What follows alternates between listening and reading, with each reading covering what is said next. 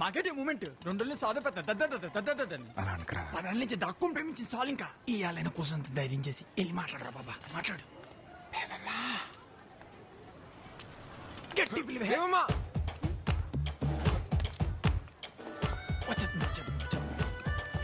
మాట్లాడేసి మాట్లాడి. బేబమ్మ. బేబమ్మ ఏంటి? నా పేరు బేబమ్మ కాదు. బేబమ్మ కాదా? ఏంటి మూమెంట్? మీ పేరు బేబమే కదా? కాదు. ఓయ్ బేబమ్మ, అయితే నీ పేరు చెప్పు. మూమెంట్ ఏం లేదేటి? ఓయ్, నువ్వు పేరు చెప్పుకుంటే నా కోపం వస్తుంది. నీ ముస్లిం ఎప్పుడు నీ ఇష్టమా? చెప్పు, అయిపోమంటావా?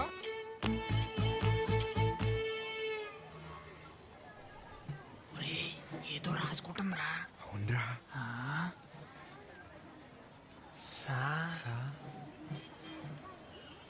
గీత సంగీత.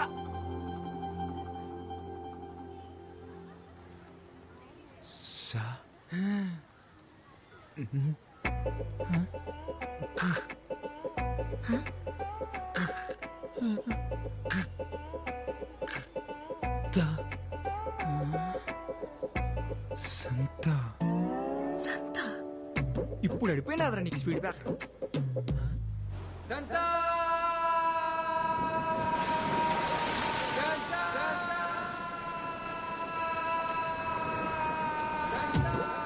సంగీతాన్ని పలుకో.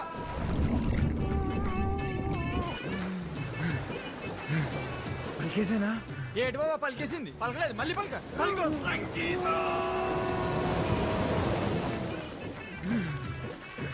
వచ్చేసిందిరా. యాడొచ్చేసింది? లోపల లోపల. ఓరి నీ అబ్బా పలికింది నేను రా. చాలు చాలు దా. ఆయన నీతో పేరంటి ప్రేమ పిలిపించుకునే అదృష్టం భేమంటి లేదనుకుంటాను. వెళ్ళిపో నీ అబ్బా.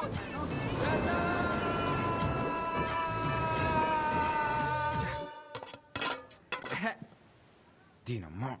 ఏంటి నన్ను ఇయ్యాలి చేపలు కోరేనా తొక్కలా? ఏటైనదిరా? నీకేట అవ్వలేదు. చిన్నప్పుడు నేను చేపలు తిని అచ్చరం తినేసాను. మీ తచ్చలు కూడా రేపు మాప పోయేట్టున్నాయి. ఎందుకు అంత కోపం? కోపడకూడదు. కోపడితే ముసలోళ్ళు అయిపోతాం. ఇదో నాన్నోయ్, ఏట్రా చెప్పింది మనసులో ఎట్టుకోకు, త్వరలో ముసలోడు అయిపోతావు. అట్టేనా?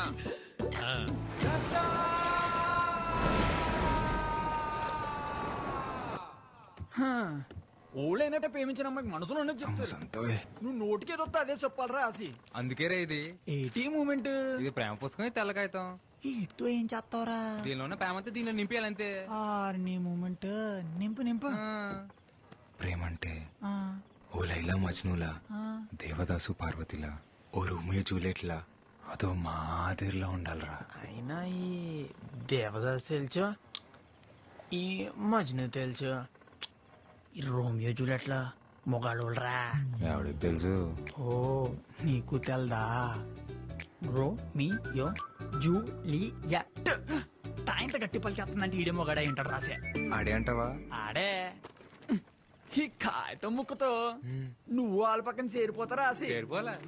రాయణం గారికి తెలియపోతే ఒక లెక్క, తెలిస్తే ఇంకో లెక్క. ఇంతకీ లెటర్ అయితే రాస్తాం కానీ ఇచ్చేదెవర్రా? ఓ బాబోయ్, నాకు దీనికి ఎటువంటి సంబంధం లేదురా బాబు. అప్పుడు తొలిపోయి ఒట్టు. నేనైతే ఈ మూమెంట్ చేయలేదురా బాబా. ఈ మూమెంట్ అమర్తాలు ఎందుకురా?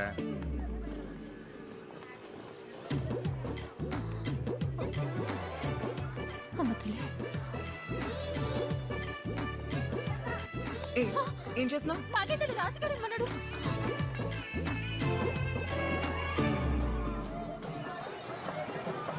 టెన్షన్ ఉందరు తాలింపు. దేనికి? బేవం లెటర్ చదివి ఉంటదంటావా? ఇంతకీ వస్తుందా రాదా? ఈ బసి బేవం చూడ్డానికి ఆ బేవం మొత్తం లేరా. రాయణం గారు వచ్చి పట్లెట్టపోతే బంగారు పాప తిద్దు మొదలవుతుంది కదా.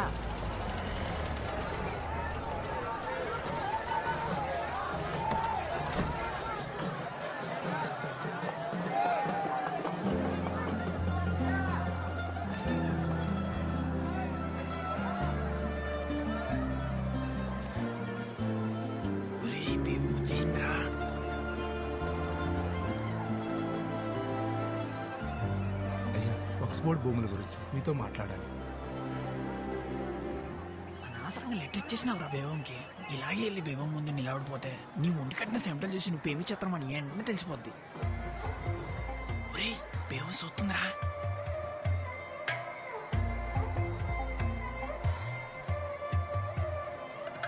పిలుస్తుంది ఎల్లా నీ ఎల్లా. ఒరేయ్ ఎల్రా. ఒరేయ్ పిలుస్తుంది బేబం ఎల్రా. బయట నువ్వు రా. అలా సైక్ చేసేస్తే అందరూ వెళ్ళకూడదురా, నువ్వు ఒక్కడు వెళ్ళాలి. వెళ్ళా అందరూ సిద్ధంగా ఉండండి. కొద్దిసేపటి తర్వాత బషీర్ బీబీ వారి గంధం పంచబడును.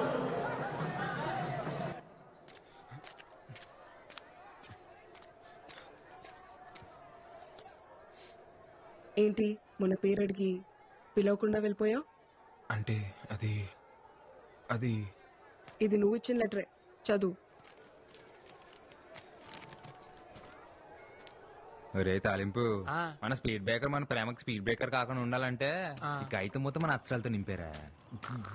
ఇంచుపోయిన అక్షరం కాగితం నుంచి ఎలా పారిపోద్దో నేను చూస్తాను ఈ పూట. సరే చెప్తున్నాను చూడు. నువ్వు వచ్చాకే నా గుండె గూట్లో పండగొచ్చే. పొద్దు పొద్దున ముచ్చట 3 స్పీడ్ బ్రేకర్లు వచ్చేసాయి. స్పీడ్ బ్రేకర్లన్నీ అయిపోయారా? బాగుందంట ఇది.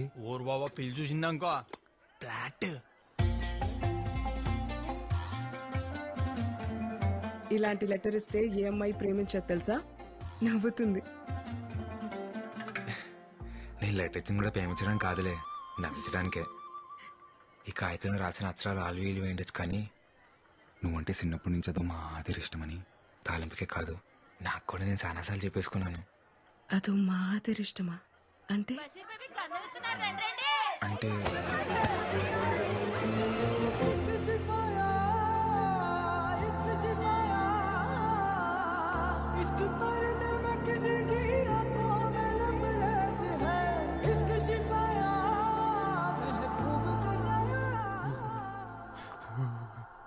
డాక్టర్ గారు రాత్రి నుంచి చలిజ్వరంతో వణికెత్తున్నాడండి. దీనిని చూసి భయపడ్డారంటారా? ఏంటి జ్వరం వచ్చేసినదట, మీ బాబు గోలెట్టేస్తున్నాడు. ఒరే బేబు నువ్వు అంటే ఇష్టం అని చెప్తే ఏం చెప్పకుండా ముత్తేటి సెల్పిందిరా. అది కూడా అదో మాదిరి ముద్దురా. ఒరేయ్ నువ్వు నోరు తెరిసి చెప్తే బేబు నోరు మూసి చెప్పినట్టుందిరా నువ్వంటే ఇట్టమని. బేబమ్మని చూసి 3 రోజులు అయిపోయింది. సొక్క బానే ఉంటుంది కదా. దాసు నువ్వు రా. నాన్న నేను వస్తాను. నువ్వు ఎక్కడికి రా? నేను వస్తాను. నువ్వెందుకు మీటింగ్? నాన్న నేను వస్తాను అంతే. సరే పద.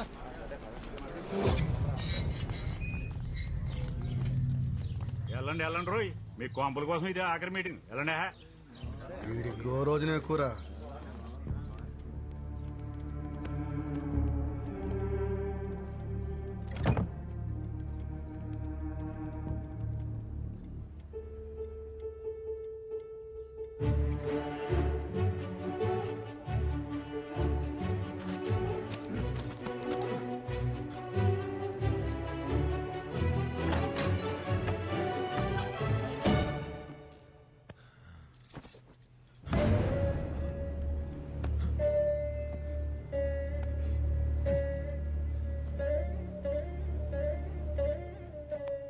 నమస్కారం అమ్మా, నా పేరు ఆసి. బేబమ్మ విషయాలు మీకు చెప్తుందో తెలియదు, కానీ మీ విషయాలు రోజు చెప్తుంది.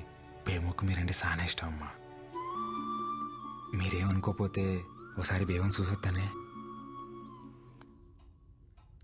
రాయన్ ఫిషింగ్ యార్డ్ వల్ల రాయనం గారికి ఎన్ని ఉపయోగాలు ఉన్నాయో పక్కన పెడితే అంతకన్నా ఎక్కువ ఉపయోగాలు మీకే ఉన్నాయి. ముఖ్యంగా మీ పిల్లల భవిష్యత్ చాలా బాగుంటుంది. దూరంగా ఉండి కావలసినప్పుడు సముద్రం మీదకి వెళ్ళొచ్చు. రాయనం గారు మీకోసం ప్రభుత్వంతో మాట్లాడి మీకు పక్కా ఇళ్లు కట్టించేలా చూస్తారు. అర్థం చేసుకోండి. ఇది ఎక్కడ న్యాయం బారో గారు? తెల్లారితే మేమంతా సముద్రం మీదకి బతికేటోళ్ళమి.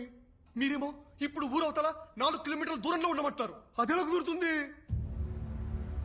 రాయ్ ఇక్కడికి అక్కడ పెద్ద తేడా ఉందిరా. అలా అంటారేంటండి? ఎత్తుపై నీళ్లు ఎప్పటి నుంచో అలవాటు పడిపోయాం. ఇన్నేళ్లు సముద్రం మా ఇళ్ళకొచ్చి పలకరించిపోయిందే తప్ప పాడు చేసిపోలేదయ్యా.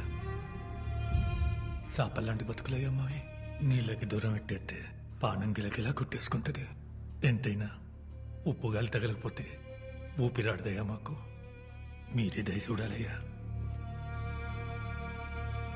మీరు బోట్లు వేసుకుని సముద్రం మీదకి వెళ్ళాలన్నా, మీ 5 ఏళ్ళు నోట్లోకి వెళ్ళాలన్నా అది నా దయ వల్లే చాలయ్యా. కుదరదండి. ఫిషింగ్ యార్డ్ కట్టడానికి మేము అస్సలు ఒప్పుకోం.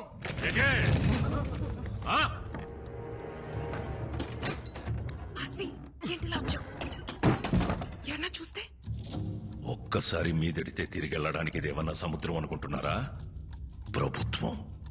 ఒక్కసారి మీదడిందంటే తిరిగి వెళ్ళడం ఉండదు, తీసుకెళ్లడమే.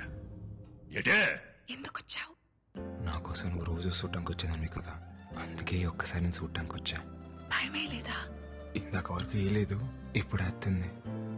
జ్వరం కావాలా నీకు? వద్దా? సార్ రాయనం గారు, మీరు ఆవేశపడకండి సార్, కూర్చోండి. రే, రేపు పొద్దున్న పేపర్ వాళ్ళకి ఇవ్వడానికి గ్రూప్ ఫోటో కావాలి కదరా? కావాలి. రాయనం గారితో గ్రూప్ ఫోటో దిగుదాం. సార్ ఒక్క ఫోటో సార్. పదండి రా, మీటింగ్ అయిపోయింది.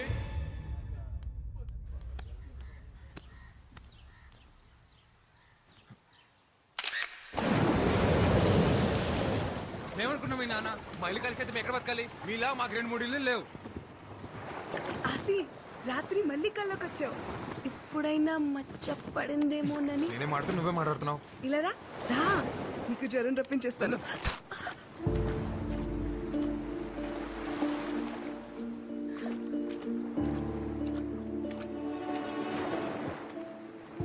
సారీ.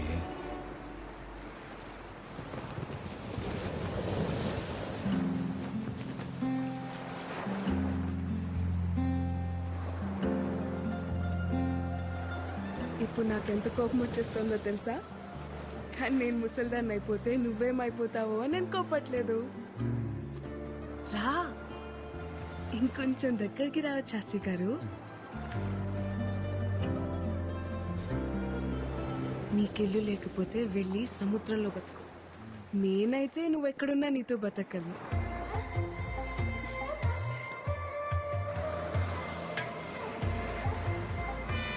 బస్ వచ్చేసింది. నాకు వినిపించట్లేదు, నేను ఇంటికి వెళ్ళను. ఏంటే ఇప్పుడైనా రావడం? రావడమే ఏటే కోళ్ళ పిల్ల, నా కొడుకుని సో నోరేసుకుని మీదడిపోతున్నావట. ఇదిగో నువ్వు వరుసనా కలిసినా ఆడే నీకు కాబోయే మొగుడు, గుర్తెట్టుకో. మొగుడిని అదుపులో పెట్టుకోవడం రాదు కానీ కబుర్లు చెప్తుంది. ఇదిగో నానా, నేను అన్నానంటారు కానీ ఆడపిల్లకి వయసుతో పాటు మనసు శరీరం 2 మారిపోతాయి. తొందరపడడం అందరికీ మంచిది. అన్నయ్య లేడా?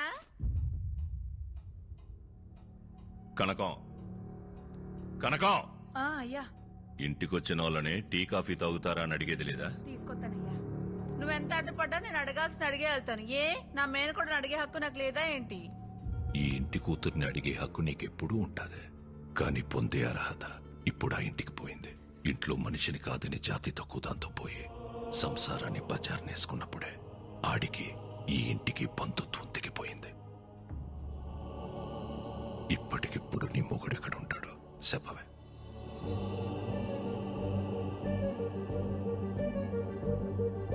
నీ ఎంత సౌకర్యంగా నే తలదించుకోలేను.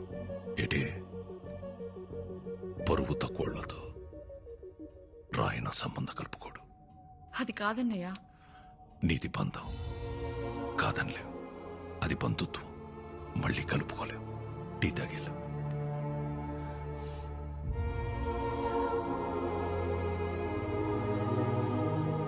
మా ఇంటికి వెళ్ళి తాగుతానులే.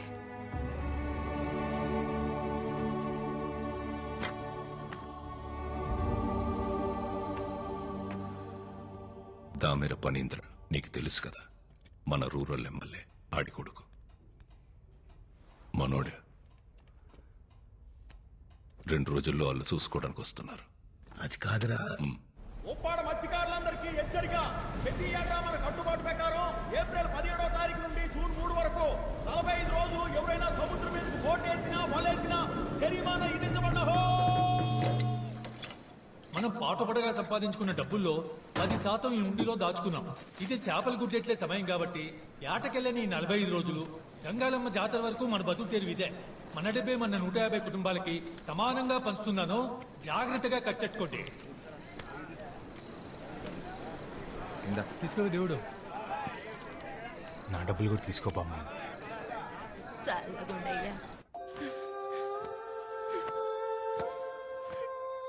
ఎవరు 2 రోజుల్లో నన్ను చూసుకోవడానికి వస్తున్నారంటమ్మా. నాకు ఆ పెళ్లి ఇష్టం లేదు.